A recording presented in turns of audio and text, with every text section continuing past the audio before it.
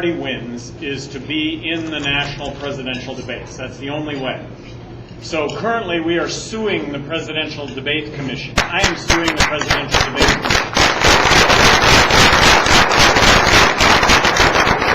Commission. Bruce Fein is suing the Presidential Debate Commission. Bruce Fein's claim to fame is that he brought Nixon down in Watergate.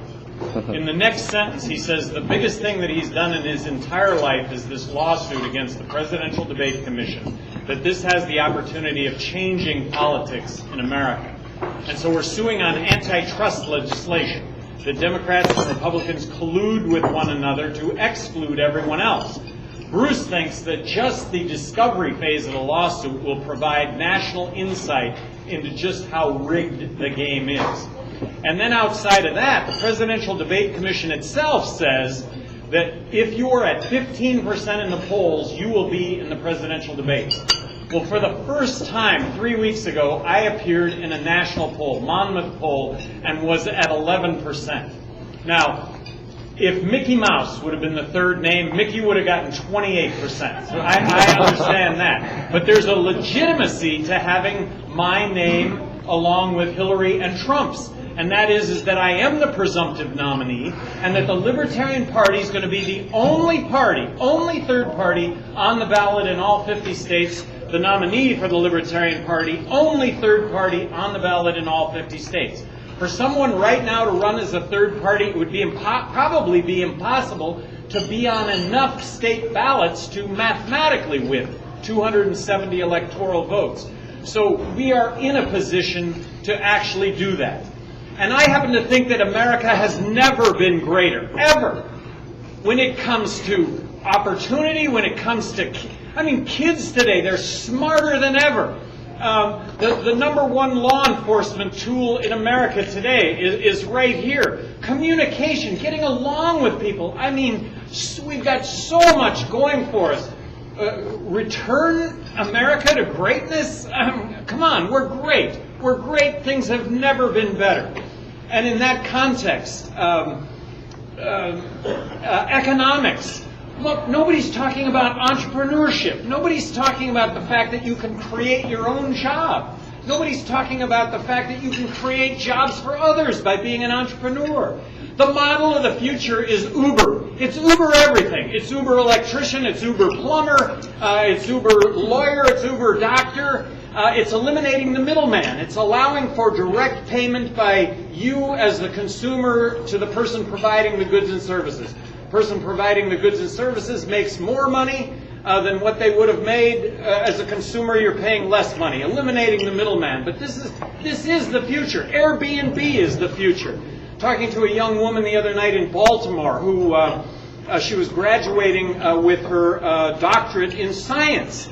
And she said, I have these horrible student debts, she said, but I figured out a way to pay back those student debts. And it's Airbnb. I've been renting out my apartment, and there's a clear path that I was going to pay back my student debts. She said, but Baltimore, the city of Baltimore has banned Airbnb. Well, that's Democrats. That's Hillary Clinton. That's government regulation. That's government run amok. That's crony capitalism. But here it is. All she wanted was the opportunity, like I say, to just get government out of the way. She said, I'm not asking government for anything. I just want government to get out of the way. I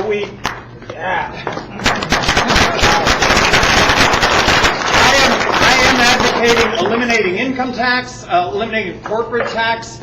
If we're going to replace it with anything, let's replace it with a consumption tax. That also involves abolishing the IRS. If tens of millions of jobs are not created with a zero corporate income tax in this country, I don't know what creates tens of millions of jobs. When you talk about individual freedom and liberty, look, the Libertarian Party is the party of choice. We always come down on the side of choice. We always come down on the side of freedom, the ability for you and I to make decisions in our lives that only you and I should be making. Ending the drug war. A terrific example. Ending the drug war. Legalizing marijuana. The pardoning process that needs to happen for the tens of millions of Americans in this country who but for our drug laws would otherwise be tax-paying, law-abiding citizens. And then the military interventions, the fact that there is a very real Islamic terrorist threat in this country. It really exists. But are we making it better with our military interventions? No, we're not making it better. We're making it worse. So let's stop with boots on the ground. Let's stop dropping bombs. Let's stop flying the drones that are killing thousands of innocent people and making the situation worse. Let's take the lead of Saudi Arabia and the Emirates and cut off funding to terrorism. Let's get Congress involved in actually declaring war as opposed to the president doing it administratively or the military doing it. These are the problems that we face. We've got an historic opportunity here. You've got Hillary that goes out and attracts 30% of the far left. You got Trump that goes out and attracts 30% of the far right. At the end of the day, mathematically, I think they end up representing 30% of the electorate. The vast majority of voters in this country are libertarian. They just don't know it. And that's being fiscally responsible and socially liberal, which is the definition of a classic liberal. And that's where most people fall in. And that's the opportunity that we have in this country right now, is to represent the vast majority in the middle. But this all, like I say, this all hinges on continuing to be in the polls. If my name will continue to be in the polls, I think 20% is more than doable, 15% being the threshold.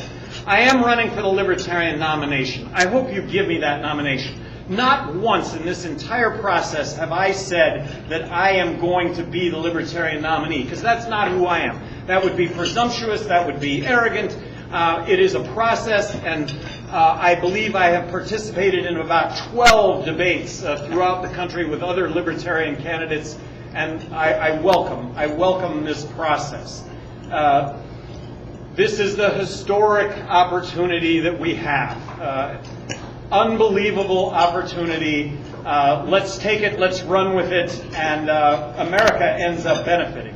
America ends up benefiting when you and I have the freedom to do what it is that we want. Government is too big, it taxes too much, and because it taxes too much, it takes away our individual liberty and freedom from determining how we spend our own money. Thank you very, very much for having me here this evening. I would like to, if possible, just for a few minutes, to entertain any questions, any comments, maybe any insults that any of you have. I do have one comment and one question at the same time. As a disabled veteran, and I don't really want to disabled veterans, so let's take a question about VAs. We are getting so ripped off by serving our country that it's getting hard to see a smile on our face that saying that we do a good job. What would be your proposal for helping us veterans out to get our benefits? We just want the simple benefits. We don't want a whole lot. No ifs, ands, or buts. Benefits need to be honored. Look, let's spend billions of dollars on national defense, but let's not spend a penny on empire. And that's what we're doing. And I do advocate a balanced budget. I do advocate cutting spending when it comes to the military by 20%, but to cut the military spending by 20%, you're only going back a handful of years, and included in those cuts are not any reduction in benefits to the veterans that we've asked to go out and do this fighting.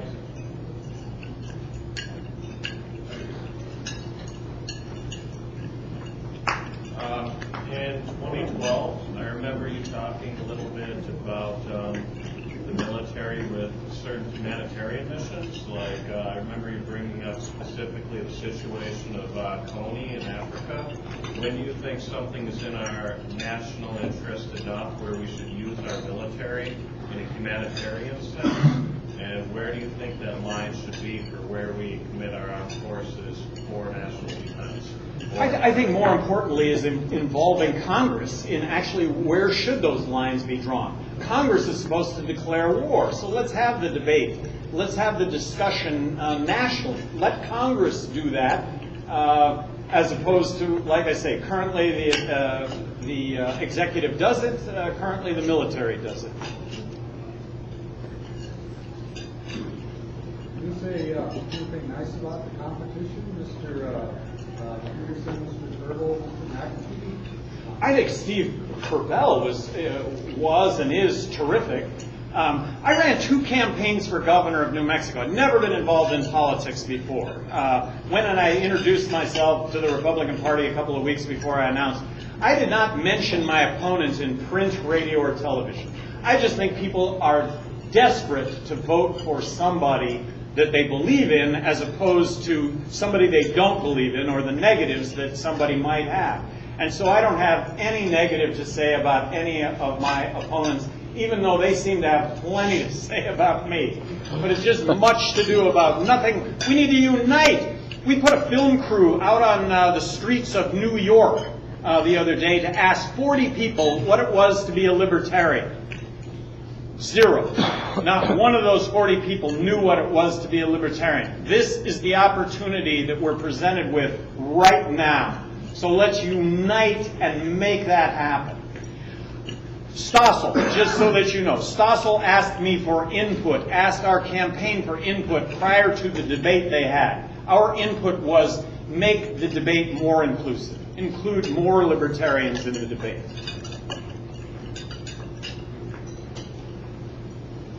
All right. Thank you very, very much. Great.